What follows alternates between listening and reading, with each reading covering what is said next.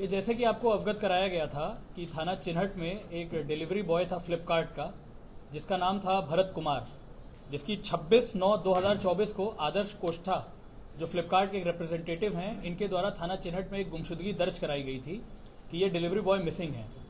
इस delivery boy की गुमशुदगी की जांच थाना स्तरीय पे की जा रही थी। साथ ही साथ हमारी क्राइम टीम और हमारे अन्य टीमें भी इस पे काम कर रही थी। जब हम लोग इस पे काम डेवलपमेंट कर रहे थे तो हमें कई चीजें संदिग्ध लगी। डिलीवरी बॉय का मूवमेंट, उसकी लास्ट लोकेशन, कितने ऑर्डर्स उसने डिलीवर करे, कितने ऑर्डर्स उसके डिलीवर नहीं हो पाए, इसको संदिग्धता पूर्वक देखते हुए हमने उसकी डिटेल्स कंपनी से निकलवाई, जिसमें हमें ये प्राप्त हुआ कि उस दिन कितने ऑर्डर्स उसने प्राप्त किए थे, उसमें से कितने ऑर्डर उसने डिलीवर कर पाया था, कितने ऑर्डर वो डिलीवर नहीं कर पाया था, कहाँ तक लास्ट में गया था। इसमें संदिग्धता जब हमारी बढ़ी तो हमने लोगों को उठाना शुरू किया, उनसे पूछताछ शुरू करी।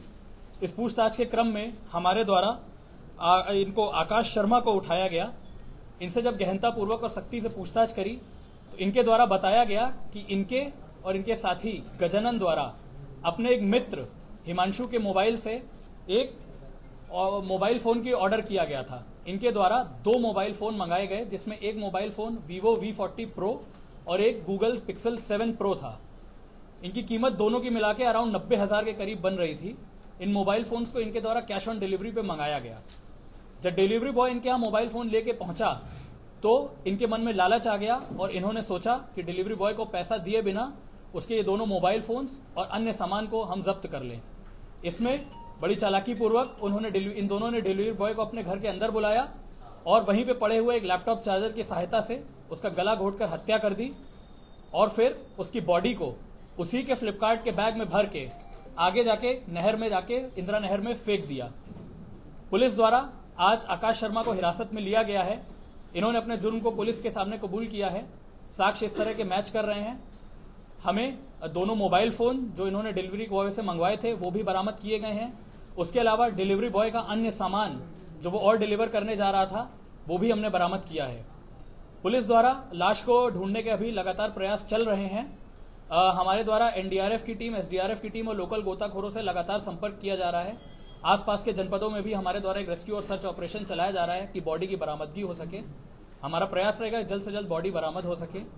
गजानन को अभी वांछित रखा गया है, इसकी भी शीघ्र गिरफ्तारी करी जाएगी। जो बॉडी है वो बताया जा रहा है कि बक्से में उसमें भर के ले गए थे बैग में, तो क्या टुकड़े करके ले गए थे, किस तरीके से बैग में भरा गया? नहीं, इनके द्वारा अभी जब हमने पूछताछ करी गई तो अभी तक आकाश द्वारा ऐसा कुछ नहीं बताया गया है। इनका यह कहना है कि गला घोट के मार देने के बाद उन्होंने बॉडी को, क्योंकि फ्लिपकार्ट का बैग बहुत बड़ा होता है, उसमें बॉडी को भर के वैगनआर कार जो गजानन की थी उसमें जाके ले गए हैं और जाके डंप कर दिया है नहर में।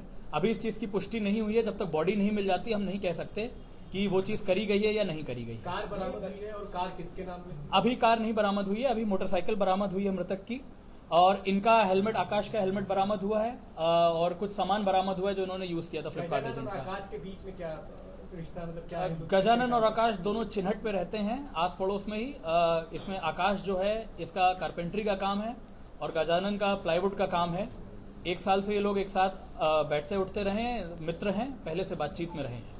ये जो आकाश, ये जो गजानन है और जो मृतक है भरत, क्या इनमें भी आपस में परिचित थे? क्योंकि बताया जा रहा है कि गजानन भी जो है उसी फ्लिपकार्ट कंपनी। हाँ, ये ठीक बताया गया है। गजानन पहले भी उस कंपनी में 2-3 महीने काम किया है, लेकिन ये उसका परिचित नहीं रहा। इनका कभी आपस में संपर्क नहीं रहा है। गजानन को लेकिन ये पता था फ्लिपकार्ट की कंपनी की वर्किंग कैसे होती है, डिलीवरीज किस तरह आती हैं, किस तरह जाती हैं। ऐसा इसने करने का प्रयास किया। एक चीज अभी तथ्य हमें और संज्ञान में आया है जिसको अभी हम प्रमाणित नहीं कर पाए हैं कि मृतक की मृत्यु का हत्या कर देने के बाद गजानन द्वारा जो बची हुई डिलीवरीज हैं उन्हें भी करने का प्रयास किया गया था ताकि किसी को शक ना होए कि डिलीवरी बॉय की हत्या हो गई है या वो मिसिंग है, लेकिन इसको ये पूरी तरह कर नहीं पाए थे। इस पर अभी गहनता से कार्य चल रहा है। फ्लिपकार्ट पर जिस तरीके से हिमांशु के द्वारा जो है किया गया मोबाइल जो है किया गया था, उसके बाद पहुंचा ये था, उसके बाद गजानन और जो दूसरा शख्स है इन दोनों का क्या रोल वहाँ पे रहा, हिमांशु का क्या रोल रहा इसमें? हिमांशु को गजानन ने आके अप्रोच किया था कि मुझे मोबाइल फोन ऑर्डर करने हैं। हिमांशु द्वारा अपने मोबाइल फोन से इनको मोबाइल ऑर्डर करे गए थे। जब डिलीवरी बॉय वहां देने आया था तो हिमांशु द्वारा गजानन को बता दिया गया था कि तुम्हारा फोन का ऑर्डर आया है, इसको रिसीव कर लो। हिमांशु को अभी तक की प्राथमिक जांच से ये पुष्ट नहीं हुआ है कि हिमांशु को इसकी जानकारी थी कि नहीं कि ये हत्या करेंगे नहीं। विवेचना अभी प्रचलित है, जो भी तथ्य संज्ञान में आएगा उसके आधार पर अग्रिम कार्रवाई करते रहेंगे। कलेक्ट किया था उस दौरान नहीं, हिमांशु द्वारा पार्सल नहीं कलेक्ट किया गया था। हिमांशु द्वारा गजानन को बता दिया गया था कि आपका एक पार्सल आया है, आप इसे रिसीव कर लें। उसने इनकी बात फोन पे बात करा दी थी। फिर गजानन ने उसको अपने साथ एक अलग लोकेशन में बुला लिया था कि आके यहाँ पे ऑर्डर डिलीवर कर दो। जो भरत है मृतक, वो वहाँ पे डिलीवर करने गए थे, वहाँ पे उनके साथ इस घटना को किया गया। घटना को अंजाम देने के लिए पहले से ही प्लान बना लिया था कि क्या वो घटना को अंजाम देंगे? दो फोन कौन से थे, बता दीजिए कीमत कितनी? देखिए, वो मेरे द्वारा बता दिया गया, एक Vivo V40 था और एक Google Pixel 7 Pro था। दोनों की मिला के लगभग 90,000 की कीमत है टोटल। और अभी बाकी कार्रवाई अभी चल रही है। पैसे ना देने पर इसलिए क्या पहले से प्लान बनाया था कि इन लोगों ने कि आएगा तो पैसे नहीं देंगे? हाँ बिल्कुल, ये अभी तक हम ये मान के चल रहे हैं कि इसी इरादे से हत्या करी गई थी कि घटना का पैसा ना देना पड़े। जो मोबाइल फोन लिया है उसकी जानकारी अभी बाकी, जैसे ये गजानन पकड़ा जाएगा उससे और पूछताछ करी जाएगी, क्या ये पहले से प्लान था या बाद में हुआ। पहले भी कुछ है या इस तरह की पहली घटना इनके साथ? नहीं, अभी तक इनका आपराधिक इतिहास चेक कराया गया तो अभी ऐसा कोई आपराधिक इतिहास नहीं मिला है। अभी हम और गहनता से चेक कराएंगे, अगर कुछ होगा तो उससे अवगत कराएंगे। घटना 8 दिन पुरानी है, लेकिन पुलिस के पास वो गए लेकिन कोई संपर्क नहीं हो पाया, ना ही उनकी मदद हुई। और 8 दिन बाद जाके पुलिस ने कहीं सरकार से जाके मदद की। तो क्या लग रहा है कि इसमें भी कहीं कोताही हुई है?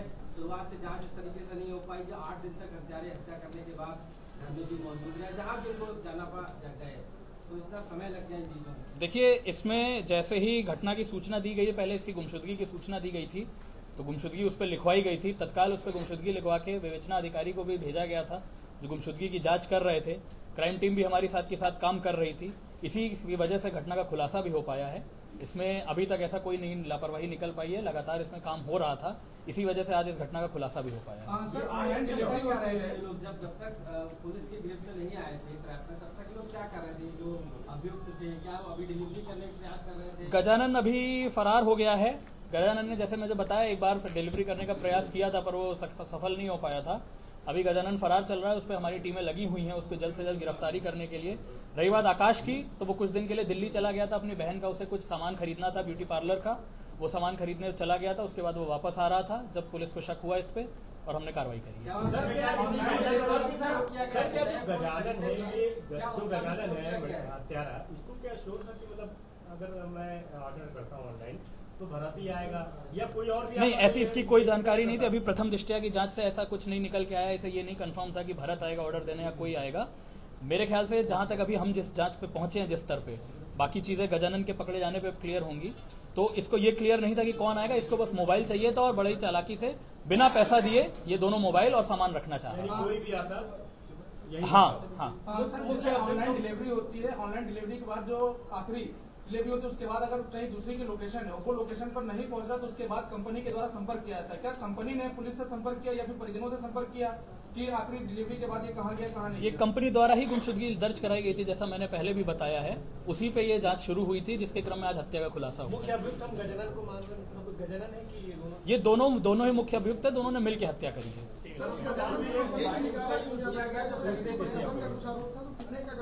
नहीं, इस चीज की अभी कोई प्रामाणिकता अभी हमारे पास नहीं है।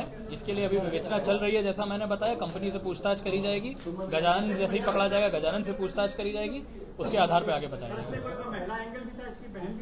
नहीं, अभी तक ऐसा कोई महिला एंगल नहीं निकल के आया है, लेकिन जैसा मैंने बोला विवेचना चल रही है। अगर कोई निकलेगा तो उस हिसाब से उस पर भी कार्रवाई की जाएगी।